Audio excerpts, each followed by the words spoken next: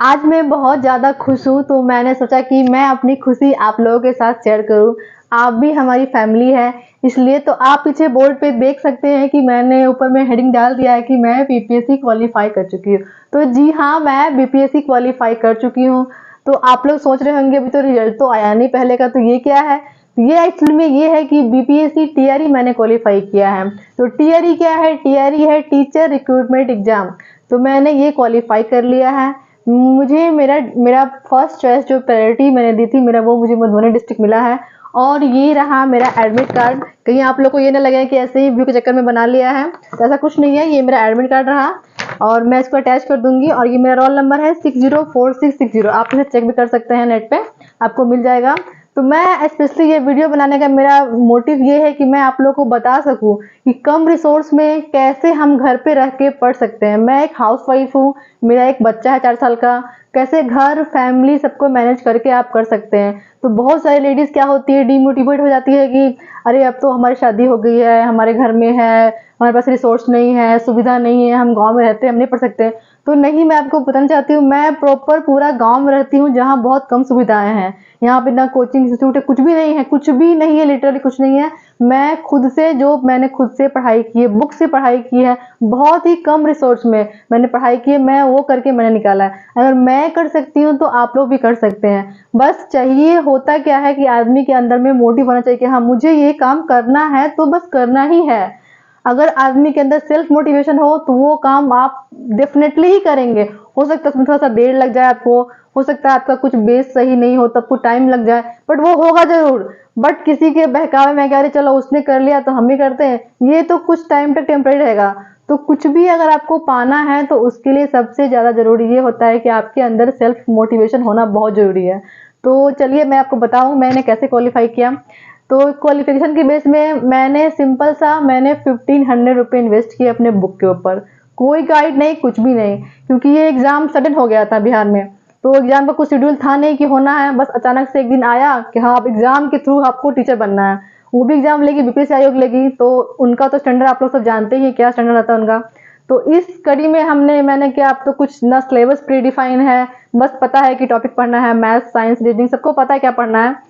तो बस कुछ डिफाइन था कि अंदर में क्या पढ़ना है। तब कहाँ से पढ़े, क्या पढ़े, बहुत सारे चैनल थे यूट्यूब पे, अब कहाँ पर सब कुछ कुछ अलग अलग पढ़ा रहे हैं। अब टोटली कंफ्यूजन था, अच्छे से क्या पढ़ना है कुछ समझ में नहीं आ रहा था। तो मैंने सोचा लास्ट में, चलो कुछ नहीं पढ़ना है, कहीं से नहीं पढ़ना है, सिर्फ पढ़ना है, जो पढ़ना है बुक से पढ़ना है। तो मैंने बुक खरीदी, मैंने 6 to 10th के बुक्स खरीदे, मैंने 6 to 10th के साइंस खरीदे, मैंने एसएसटी खरीदे, हिस्ट्री खरीदे, एनसीआर जो एनसीईआरटी होती मैंने वो पढ़ा। मैंने एससीईआरटी की बुक नहीं पढ़ी थी, मैं सिर्फ एनसीईआरटी मैंने पढ़ा था। तो उसके बाद मैंने ये प्रॉपर थॉरली बुक को मैंने 3 महीने में लगभग 5 से 7 बार पढ़ ली मैं।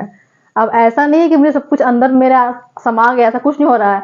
आपको कुछ नहीं भी आ रहा है तो आपको क्या करना है, बस माइंड को कंसंट्रेट करना है और आपको पढ़ना है टोटली एकदम लाइन बाय लाइन। आप एनसीईआरटी पढ़ लीजिए, उसको समझ लीजिए। एक बार में समझ में ना आए तो 2 बार पढ़िए, उसमें ना तो 4 बार पढ़िए, हो सके तो आप नोट्स बनाइए ताकि आपको वो चीज़ दिमाग में जाए। तो ये सब करने के बाद मैं 4 से 5 बार मैंने पढ़ लिया। तो ऐसा नहीं कि इतना बार पढ़ने के बाद आपको कुछ भी याद नहीं रहेगा। तो बहुत सारी चीज़ें थी, मुझे कुछ याद थी, कुछ नहीं भी याद थी। तो रिवीजन के थ्रू मैंने सारा कवर कर लिया। फिर एग्जाम हुआ, तो जैसे एग्जाम हुआ पेपर में, टोटली पेपर एनसीईआरटी से। अगर आप लोग बोलेंगे तो मैं आपको क्वेश्चन के साथ आपको बता दूंगी किस पेज नंबर से कौन सा क्वेश्चन आया था, किस लाइन से आया था, मैं आपको ये बता सकती हूँ एनसीईआरटी से। तो सारा क्वेश्चन एनसीईआरटी से आया था। अब रही बात मैथ्स रीजनिंग की, तो मैथ्स के लिए भी आप 6 to 10th का एनसीईआरटी पढ़ें, पर एनसीईआरटी मैथ्स में काफ़ी नहीं है, आपको अलग से बुक्स कुछ ले, प्रैक्टिस के लिए आपको अलग से लेना पड़ेगा। अब वहाँ पढ़ सकते हैं। अब रीजनिंग तो बेसिक ही था एग्जाम में, तो रीजनिंग के लिए आप कोई बुक कहीं से ही पढ़ सकते हो, सब चलेगा। बाकी आपको करंट अफेयर के लिए आप न्यूज़ देखिए। और हिस्ट्री वगैरह के लिए मैंने लुसेंट पढ़ा था, लुसेंट की हिस्ट्री, मॉडर्न हिस्ट्री आया था। तो लुसेंट की हिस्ट्री काफ़ी है, जिनको भी लुसेंट की हिस्ट्री की बुक पे कमांड है वो आप समझिए आपने बहुत सारे एग्जाम आप निकाल सकते हैं। तो लुसेंट की हिस्ट्री काफ़ी है, मैंने वहाँ से पढ़ी थी। मैंने जो जो बुक पढ़ा मैं ये सारे बुक का आपको मेंशन कर दूंगी इस वीडियो में। तो अगर आप लोगों को लगता है कि मेरा ये वीडियो आप लोग को थोड़ा मोटिवेट करता है, आपको कुछ और भी जानना है, तो आप हमें कमेंट कर सकते हैं। इस चैनल पे अगर नए हैं चैनल को सब्सक्राइब कर लीजिए और ये चैनल बनाने का मोटिव हमारा यही है कि मैं उन सारे जो एक्सपीरियंस है, जो उनको लगता है कि हम गांव में आ गए हैं तो हमें कुछ हो नहीं सकता है, ऐसा नहीं है। आप कहीं भी रह के आप कुछ भी कर सकते हैं अपनी लाइफ में। बस ज़रूरी है कि आपके अंदर वो सेल्फ मोटिवेशन होना चाहिए, ताकि आप अपने आप को मोटिवेट कर सकें और उसको कंटिन्यू कर सकें चीज़ों को। तो चलिए अब मिलते हैं, आप नेक्स्ट कड़ी में आपको बताते हैं आगे हमारा क्या प्रोसीजर है। मेरी काउंसलिंग भी होने वाली है। मेरी काउंसलिंग डेट 25 को है, तो मैं आपको उसकी डिटेल बताऊंगी, काउंसलिंग में क्या हुआ, कैसे हुआ, क्या लेके जाना चाहिए, क्या नहीं जाना चाहिए। तो बने रहिए चैनल के साथ। चैनल को लाइक, शेयर एंड सब्सक्राइब करना ना भूलें।